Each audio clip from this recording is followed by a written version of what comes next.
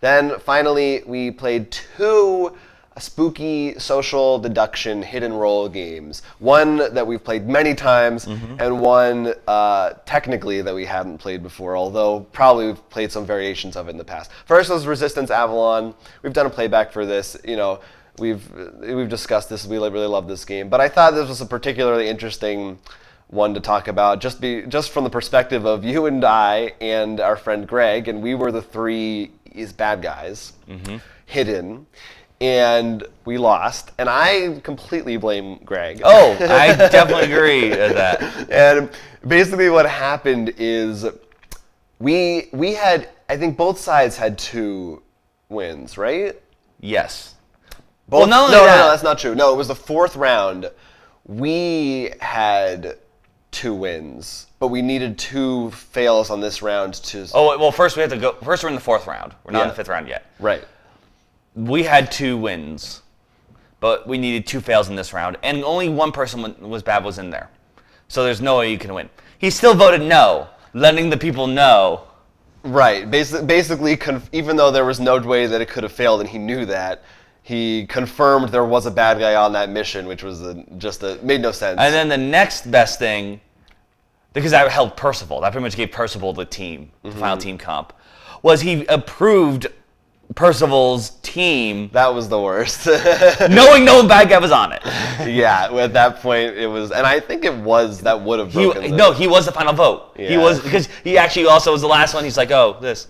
Like, it was, Greg's a little, he was tired. But anyway, which I was kind of a bummer for me, because I actually felt like, literally until those 2 turns, I thought we were doing a great job. Even though Merlin and Percival were communicating well, the person I would argue is the person, honestly, we always look to for information.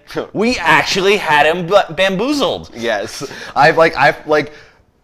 so there are those times when in a game like this where I know, like, oh, if he does this, then I just can't lie about it. But things worked out in such a way that it was like I had the best excuses and cover stories. I was so happy. And yeah, so it was kind of... It just goes to show you in those games, sometimes it's just, depending on who's on your team, you're just like, oh.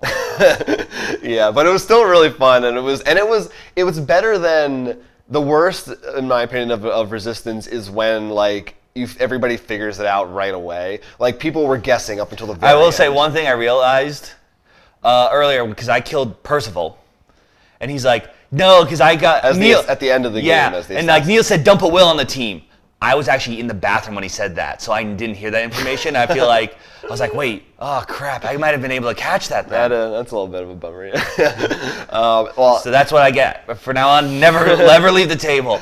So that was that. Then we played Werewolf, Ultimate Werewolf. Yeah, like 3 or 4 times. Revised edition. Oh, that's true. We did play it a lot. I forgot because it's so fast. But we did the basic one first, then we did with all the with different roles. Now I have played Werewolf just like with people, without a card, without any cards, and I've done like Mafia. Right, and I was never really a fan of it. I was like, I'd much rather just play the Resistance.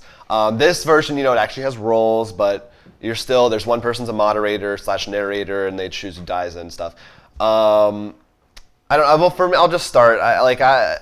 It is what it is. Everybody's played Werewolf, so I feel like I don't need to go into too much detail. But especially right after Avalon, I really felt there was a stark difference of you have so little info to go on in Werewolf, and so much more of it is about role playing and storytelling.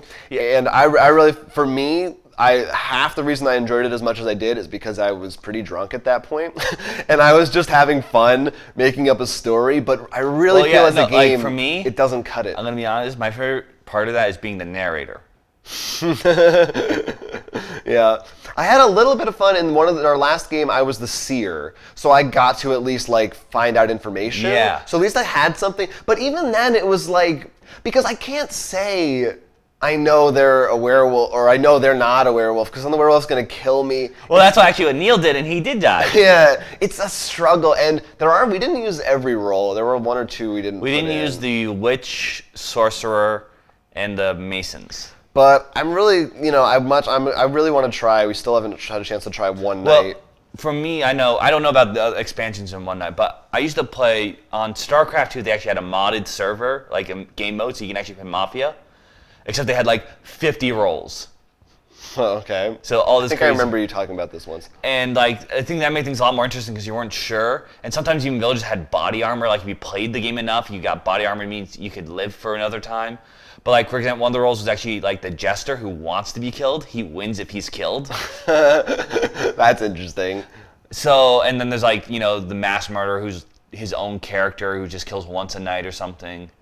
The serial killer instead of the mafia leader and his co-henchmen. So like, but that requires a bigger group. But I do think it's definitely, to make the game much more likable, you do need a lot more different roles to make it more, to really bring the interest up. Like, that's what made the hunter so fun as soon as we introduced him, because we realized the hunter can ruin the werewolf's life. Right. Even if he's down to the final When the pick. hunter dies, he gets to kill someone. Yeah. So it makes it a little more interesting.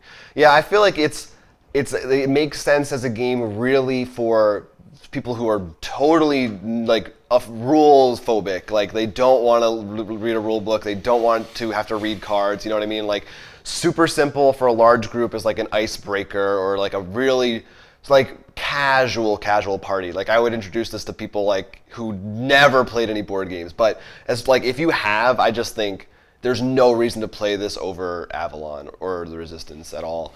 And I wanted, like, I think one night, which we did try to do it once at the convention, but it sounds like that really improves it. But yeah, that's my take on it.